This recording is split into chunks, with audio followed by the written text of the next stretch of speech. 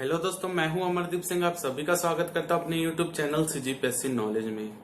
दोस्तों, अभी के वीडियो में जो है हम आज से एक मैथ्स का रोज एक वीडियो देखेंगे।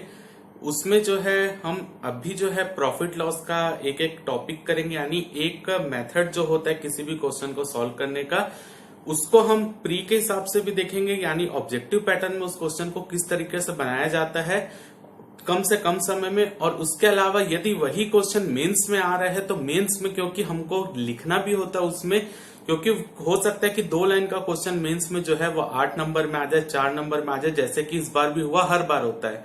तो उसको एक लिखने का पैटर्न होता है कि उस क्वेश्चन को मेंस में किस तरीके से बनाया जाता है, और यदि वही क्वेश्चन ऑब्जेक्टिव पैटर्न के कोई भी एग्जाम में आ रहा है तब उसको किस तरीके से बनाया जाता है, इसको हम इस वीडियो में सीखने की कोशिश करेंगे। हम जो है आज के टॉपिक प्रॉफिट लॉस से चालू कर रहे हैं। रोज एक एक ट्रिक रहेगी और उसको मैं दोनों तरीके से बना के दिखाऊंगा, मेंस के हिसाब से भी और ऑब्जेक्टिव पैटर्न के एग्जाम के हिसाब से भी।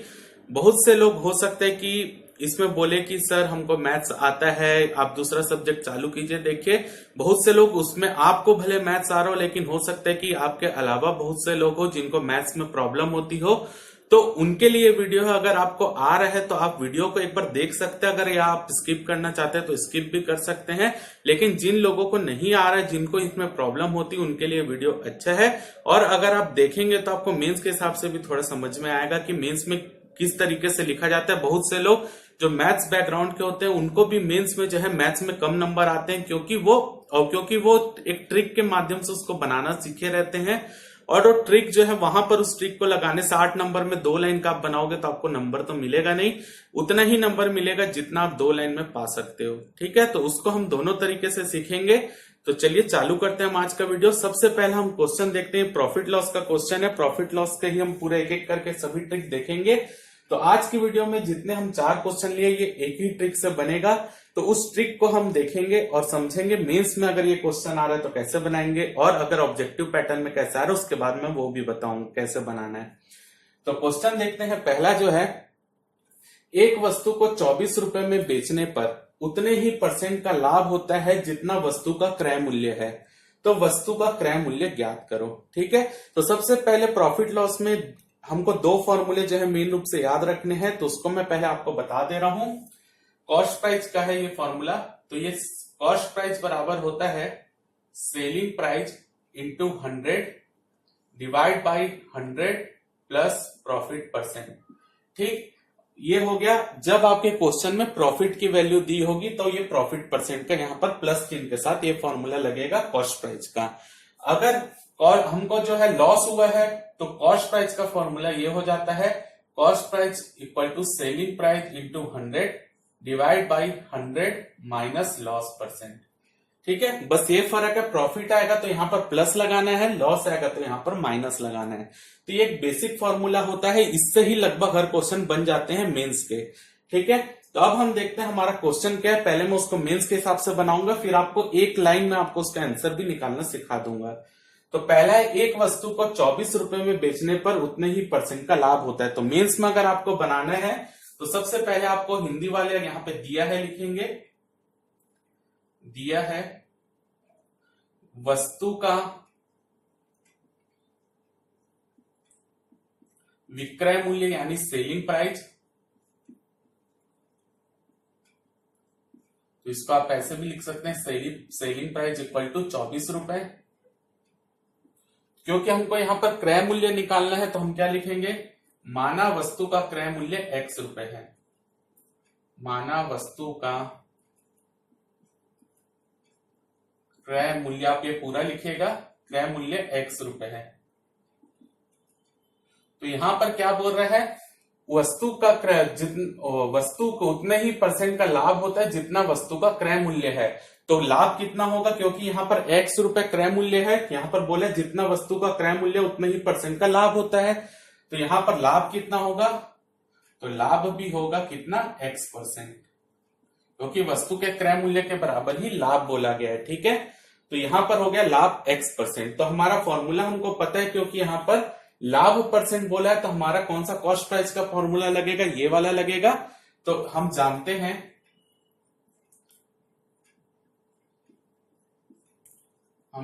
हैं कि यहां पर यही फॉर्मूला लगा लीजिए, कॉस्ट प्राइस बराबर selling price into 100 divide by 100 plus profit percent. ठीक है, तो यहां पर आप हिंदी में भी लिख सकते हैं, क्रय मूल्य बराबर विक्रय मूल्य into 100 divide by 100 plus profit percent या लाभ परसेंट। ठीक है, तो यहां पर सब वैल्यू पुट कर देते हैं आप। तो कॉस्ट प्राइस जो है हमारा यहां पर कितना है, x है। सेलिंग प्राइस कितना दिया हुआ है, 24 रुपए इंटू 100 और divide by 100 plus profit percent 100 plus हमारा प्रॉफिट परसेंट कितना है, x, क्योंकि क्रय मूल्य के बराबर है तो यहां पर x रख देंगे। अब इसका तिर्यक गुणा कर देंगे तो इसके डिवाइड बाई 1 होता है, तिर्यक गुणा होगा तो क्या आ जाएगा, ये x 100 प्लस x और ये 24 इंटू 100 इंटू 1, ये क्या हो जाएगा 2400। और यहां पर मेंस में अगर यहाँ इक्वल टू लगता है तो यहाँ ये साइन लगेगा, याद रखिएगा। तो इसका करेंगे तो ये क्या आ जाएगा 100x, ये x का अंदर इंटू कर रहे हैं, प्लस x स्क्वायर 2400। ठीक, अब ये 2400 को इधर ले आइए तो ये हो जाएगा x square plus 100x minus 2400 equal to 0। ठीक है, यहां पर ये चिन्ह भी लगा दीजिए। अब जो है हमको ये इसको फैक्टर में तोड़ना पड़ेगा, 100 को ऐसे, मतलब 100 को ऐसे फैक्टर में तोड़ना पड़ेगा कि उसको प्लस करने में या माइनस करने में जो है आपको प्लस 100 मिलना चाहिए और दोनों संख्या का इंटू करने में हमको 2400 मिलना चाहिए। ठीक है, तो इसको हम तोड़ सकते हैं, एक्स स्क्वायर, इसको तोड़ सकते हैं 120x minus 20x minus 2400 into 0। देखिए 120x में से 20x घटाऊंगा तो कितना बचेगा, 100x बचेगा और 120 इंटू 20 करूंगा तो यहाँ पर 2400 ही आएगा, क्योंकि यहाँ पे प्लस माइनस का इंटू है इसलिए यहाँ पर माइनस ही आएगा, क्योंकि यहाँ पर माइनस चिन्ह है। ठीक है, तो अब इसको हम ये दोनों संख्या में से x कॉमन निकाल लेते हैं तो बचेगा x प्लस 120 और यहां से माइनस 20 कॉमन निकाल लेते हैं तो बचेगा x प्लस 120 इक्वल टू 0। अब ये पूरे इक्वेशन से x प्लस 120 कॉमन निकाल लेते हैं और तो ये क्या बचेगा, इधर से x बचेगा, इधर से माइनस 20 इक्वल टू 0। तो x का वैल्यू क्या आ जाएगा, एक इक्वेशन बनेगा हमारा, दो इक्वेशन बन रहा है, x प्लस 120 इक्वल टू 0 और x माइनस 20 इक्वल टू 0। तो एक का वैल्यू होगा x इक्वल टू माइनस 120 और x इक्वल टू 20। ठीक है, तो यहां पर माइनस 20 तो किसी भी वस्तु का मूल्य नहीं हो सकता, इसलिए x का वैल्यू क्या है, 20 रुपए। तो यानी हमारी वस्तु का जो क्रय मूल्य है वो 20 रुपए आएगा, आंसर हो गया 20 रुपए। ठीक है, यानी वो वस्तु 20 रुपए की थी, अगर उस वस्तु को हम मतलब 20 रुपए की वो वस्तु थी, 20% के प्रॉफिट से बेचेंगे तो वो वस्तु का विक्रय मूल्य 24 रुपए आएगा। ठीक है, तो इसका आंसर हो जाएगा 20 रुपए।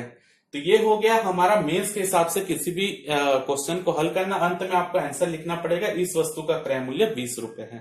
ठीक, तो ये हो गया मेंस के हिसाब से। लेकिन इसको अगर ये ऑब्जेक्टिव पैटर्न में आएगा तो किस तरीके से बनाएंगे वो मैं अब बताऊंगा। ठीक है, तो इसका आप एक बार बना लीजिए, इसको जैसे मैं बनाया स्क्रीनशॉट ले लीजिए।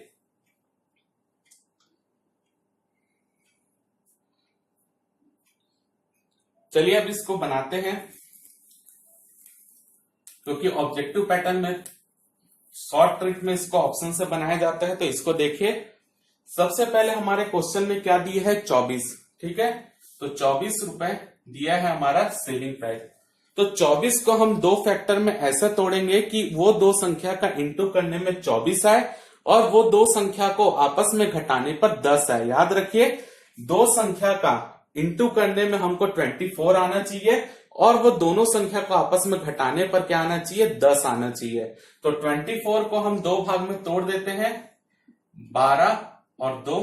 ठीक है, देखिए 12 दूनी, ये दोनों संख्या का मैं इंटू कर रहा हूं तो हमको कितना प्राप्त हो रहा है, 24 प्राप्त हो रहा है। लेकिन 12 में से मैं 2 घटा रहा हूं तो हमको 10 भी प्राप्त हो रहा है। ठीक है, तो इसकी कंडीशन क्या है कि दो संख्या को आपस में घटाने पर हमको क्या प्राप्त होना चाहिए, 10 प्राप्त होना चाहिए, और दो संख्या का इंटू करने पर जो संख्या ये दी गई है वही संख्या प्राप्त होनी चाहिए। ठीक है, तो ये 12 दूनी 24 प्राप्त हो गया, 12 में 2 गया, 10 भी प्राप्त हो गया। ठीक है, तो ये दो संख्या हो गई।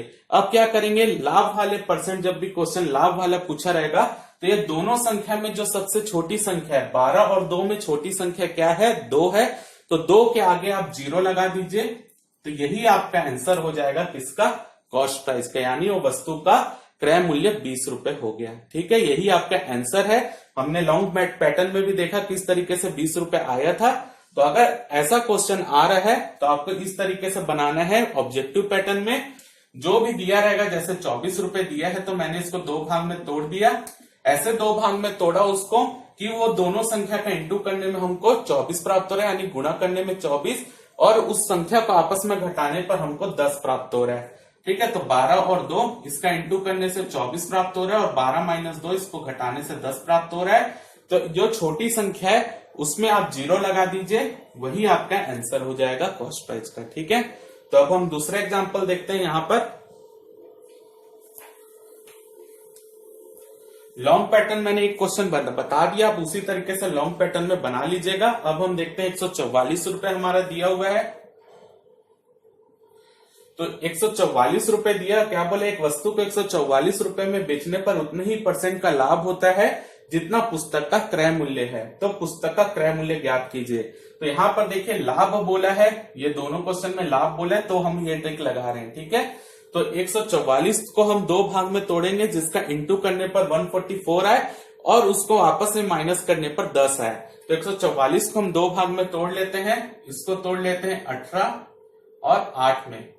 18 इंटू 8 करेंगे तो 144 आएगा, और 18 में 8 घटा देंगे तो हमको 10 भी मिलेगा। ठीक है, तो ये दोनों में छोटी संख्या क्या है, छोटी संख्या 8 है, तो इसके आगे आप 0 लगा दीजिए, यही आपका कॉस्ट प्राइस होगा।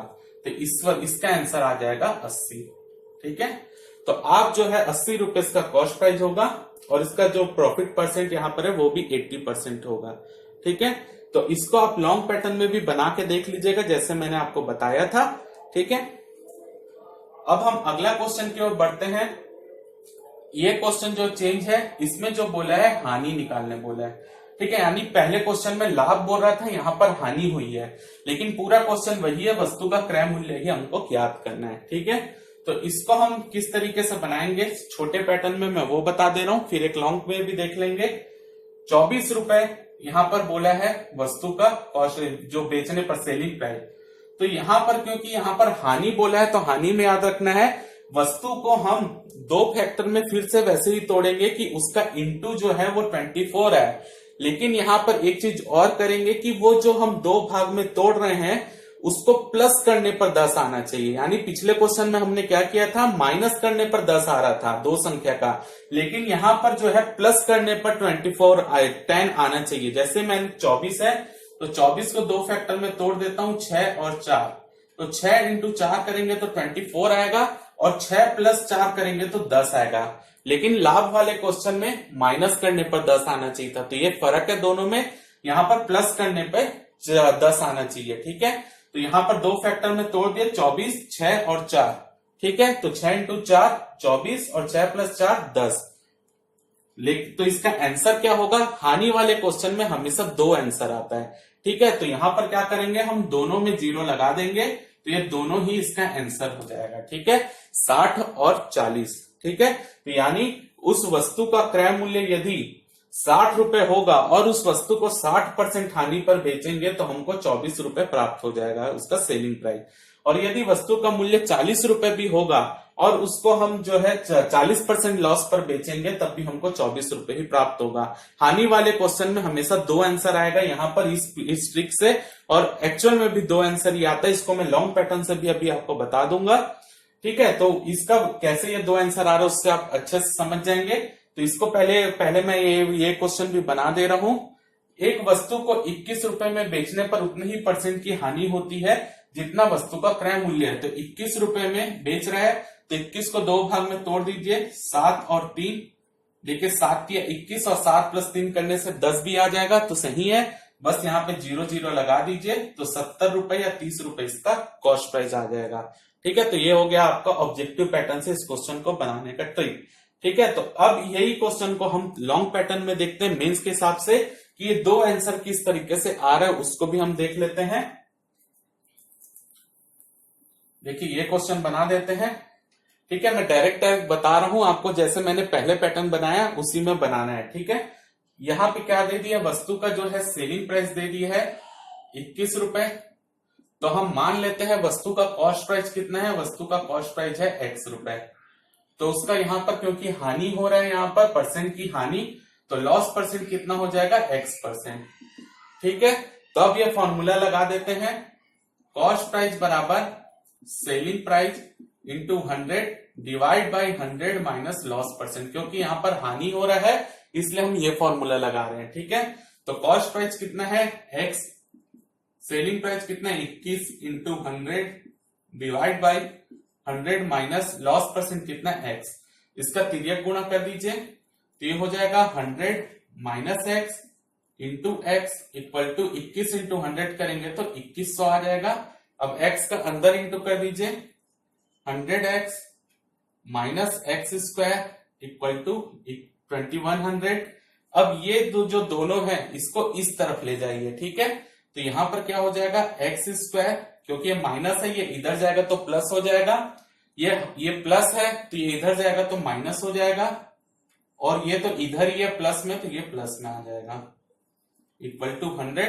अब यहां पर 100 को हम दो फैक्टर में तोड़ देते हैं, जिसको प्लस करने में 100 है और इंटू करने में 2100 है। तो एक्स स्क्वायर को तोड़ दीजिए, minus 70x minus 30x plus 2100 equal to 0। देखिए माइनस और माइनस का प्लस होता है लेकिन चिन्ह माइनस ही आता है। 770 माइनस 70 माइनस 30 को जोड़िए, माइनस 100 ही आएगा, और माइनस माइनस का इंटू करने से प्लस आता है, तो माइनस 70 इंटू माइनस 30 करने से प्लस 2100 आएगा। ठीक है, यहां से x कॉमन निकाल लीजिए, तो x माइनस 70, यहां से माइनस 30 कॉमन निकाल लीजिए, x माइनस 70 इक्वल टू 0।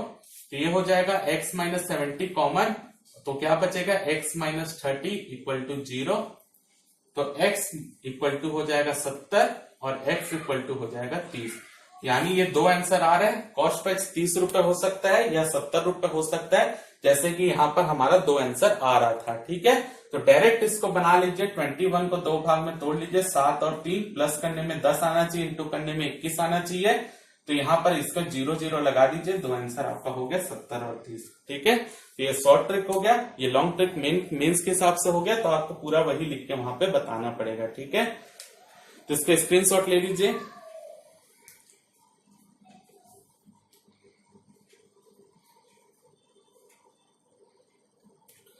तो उम्मीद करता हूं कि आपको जो भी ये ट्रिक मैंने बताई प्री के हिसाब से और मेंस के हिसाब से आपको दोनों चीजें समझ आई होगी। तो एक क्वेश्चन आप यहाँ पर लिख लीजिए, आपको बना के आंसर कमेंट में बताना है कि यहाँ पर जो है एक वस्तु को 21 रुपए की जगह यदि 16 रुपए में बेचने पर उतने ही परसेंट की हानि होती जितना वस्तु का क्रय मूल्य है। तो वस्तु का क्रय मूल्य आपको बताना है, 21 की जगह यहाँ पर 16 कर लीजिए। 16 रुपए में वस्तु को बेचने पर उसको उतने ही जितना वस्तु का क्रय मूल्य, वस्तु मतलब उतनी हानि होती जितना वस्तु का क्रय मूल्य है, तो वस्तु का क्रय मूल्य आपको बताना है। ठीक है, तो इसका आप आंसर कमेंट में दीजिएगा। तो उम्मीद करता हूं कि आपको ये वीडियो अच्छा लगा होगा। वीडियो अच्छा लगा तो वीडियो को जरूर लाइक कीजिए, चैनल को सब्सक्राइब कीजिए, ज्यादा से ज्यादा शेयर कीजिए। फिलहाल के इस ट्रिक वाले वीडियो में सिर्फ इतना ही। जय भारत, जय छत्तीसगढ़।